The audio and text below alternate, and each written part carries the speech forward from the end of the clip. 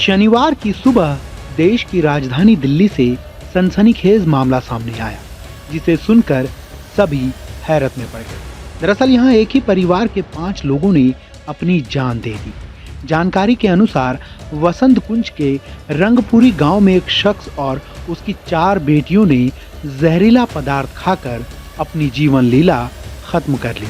पड़ोसियों और मकान मालिक से सूचना मिलने के बाद पुलिस ने फ्लैट का ताला तोड़कर शवों को बाहर निकाला। फिलहाल पुलिस जांच में जुटी है। पुलिस ने जानकारी देते हुए बताया कि मृतक व्यक्ति कारपेंटर का काम करता था। उसकी पहचान हीरालाल के रूप में हुई है। उसकी पत्नी की 1 साल पहले ही मौत हो गई थी। वो कैंसर से पीड़ित थी। पत्नी की मौत के बाद से ही हीरालाल परेशान रहता था। कल सुबह 10:18 पे हमें एक पीसीआर कॉल मिलती है कि कॉलर ने बताया है कि किराएदार रूम नहीं खोल रहा है। जो कॉलर थे वो वहाँ पे नितिन थे, जो ओनर थे उस पर्टिकुलर जगह में, जो रंगपुरी में। तो वहाँ पहुँचने पे पता चला कि नितिन के जो केयर टेकर हैं मोहन, वो उस बिल्डिंग का पूरा ध्यान रखते हैं और उस बिल्डिंग में जो 3rd फ्लोर था, जिसको C फ्लोर कहते थे, उसमें C4 रूम था। उसको उसमें से फाउल स्मेल आ रही थी और उसको जो वहाँ पे जो किराएदार जो हीरालाल शर्मा रहते थे वो खोल नहीं रहे थे। तो इमीडिएटली हमारी पुलिस टीम वहाँ पहुँचती है और फायर ब्रिगेड की टीम को बुलाया जाता है और उनकी प्रेजेंस में हम ये डोर अनलॉक करते हैं फोर्सफुली। जब डोर अनलॉक करते हैं तो उसमें हमें टोटल 5 बॉडीज हमें रिकवर होती हैं। जब हमने पूछताछ की तो पता चला वहाँ पे हीरालाल शर्मा नाम के व्यक्ति थे, जो कि 46 ईयर ओल्ड थे, मूलतः छपरा से रहने वाले थे। यहाँ पे ये 26 साल से इंडियन स्पाइनल सेंटर में कारपेंटर के तौर पे काम कर रहे थे। ये और इनकी 4 बेटियां नीतू, निक्की, नीरू और निधि, इनकी डेड बॉडीज मिलती हैं 2 अलग अलग रूम में। एक में हीरालाल होते हैं और बाकी 4 डेड बॉडीज दूसरे रूम में होती हैं। फिर हमने इसमें मौके पे सीबीआई CFSL की टीम, साथ ही साथ सीनियर फॉरेंसिक FSL रोहिणी की टीम, डॉक्टर्स की टीम को हमने इसमें बुलाया। 24 सितंबर को आखिरी बार दिखा था परिवार। मौके से पुलिस को कोई सुसाइड नोट नहीं मिला। बताया जा रहा है कि 24 सितंबर को ये परिवार आखिरी बार देखा गया था। उसके बाद से फ्लैट का दरवाजा बंद था।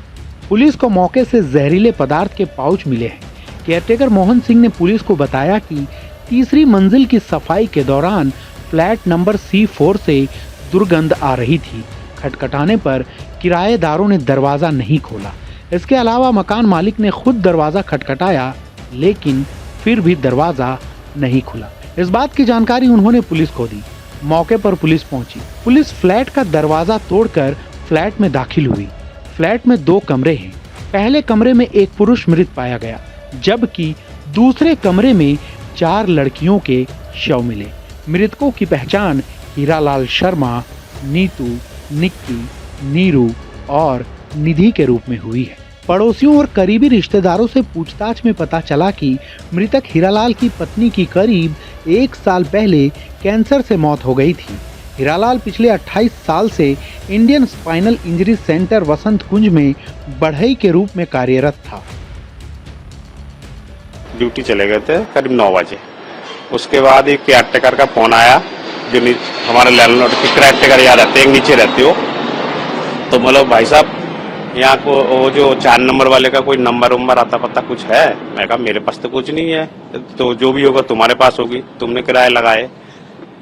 तो कहता है वो 4 नंबर वाले खुल नहीं रहा है और सामने वाले से वो फोन कर रहा है, उन सामने वाले मकान से। तो कहते बदबू आ रहा है, मक्खी उड़ रहा है। मैं कहा होते नहीं है, कुछ ना कुछ कांड हुआ होगा। लेकिन 2 दिन 3 दिन से हमने देखे भी नहीं है उनको। 3-4 दिन पहले उनके फादर को देखा था खाली। उसके बच्चे तो निकलते नहीं है घर से कभी जिंदगी में। बच्चे सारे 4 बच्चे लड़की थे, सियानी लड़की थे। करीब 15 साल से शुरू करके 25 साल के बीच में 4 लड़की थे।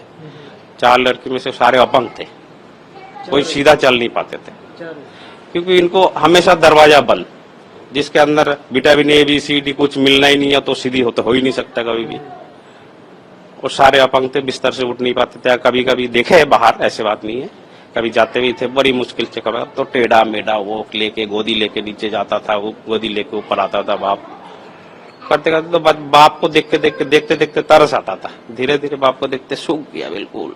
मैं कहा बेचारा क्या हो रहा है, इस फैमिली का होगा क्या? ये तो आज न काल कुछ ना कुछ तो होगा ही होगा, क्योंकि बाप के पास टाइम नहीं मिलता तो काम कब करेगा। स्पाइनल हॉस्पिटल है, बस उनको उसमें काम करते थे वो कारपेंटर की।